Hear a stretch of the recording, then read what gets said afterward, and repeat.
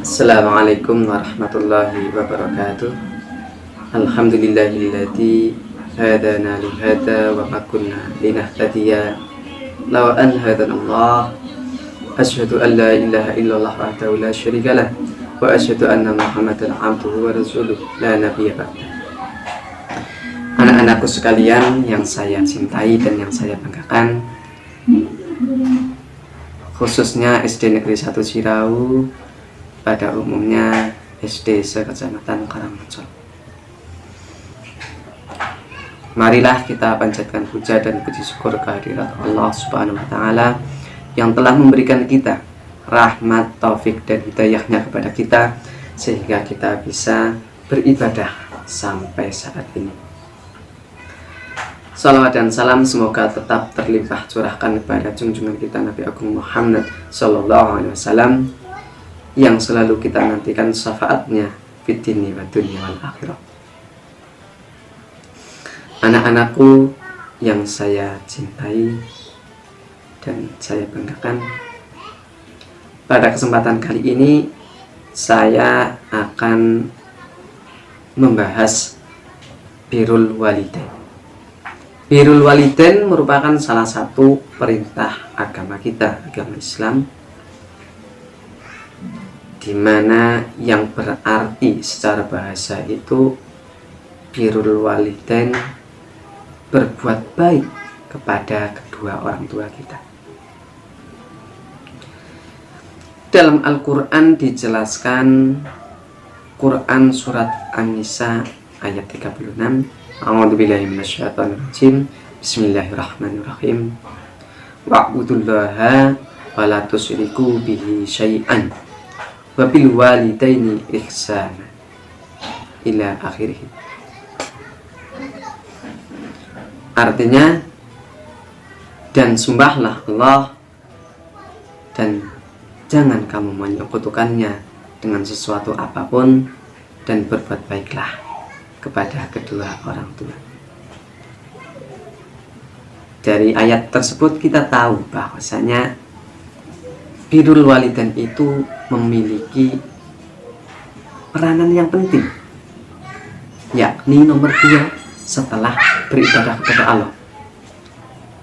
Padahal beribadah kepada Allah adalah tujuan utama diciptakannya kita, yakni wama khalaqal jinna wal insa illa liya'budun. Dan itu, di samping perintah tersebut, sebenarnya kalau kita mau berpikir, mau memahami, berbuat baik kepada orang tua itu sebuah keharusan. Kalau kita berpikir adanya kita di sini itu, di dunia ini, perantaranya adalah orang tua kita dengan menikah, berhubungan biologis, sampai pada akhirnya kita ada di perut ibu kita. Di dalam perut ibu selama 9 bulan 10 hari dengan susah payah ibu mengandung kita hingga pada saatnya melahirkan, ibu kembali berjuang mempertaruhkan nyawanya lagi. Sang bapak mencari biaya untuk pembiayaan dari persalinannya. Makanya Rasul menyebutkan bahwa kita menghormati ibu 3 kali, kemudian ayah 1 kali. Makanya kadang saya heran ketika seorang anak tega menganiaya seorang ibu, seorang ayah, bahkan sampai membunuh. Itu sungguh di luar nalar manusia. Padahal ketika kita menengok hadis Rasul, ridallahi fi ridul walidain, as-suhtul lahi fi suhtil walidain. Ridhonya Allah itu di dalam ridhonya orang tua, dan murkanya Allah di dalam murkanya orang tua. Ketika kita melihat hadis tersebut, kita itu sebisa mungkin jangan sampai membuat orang tua marah. Jangan sampai menyakiti orang tua. Karena apa? Ketika orang tua marah, orang tua sakit hati, maka dia tidak meridhoi kita.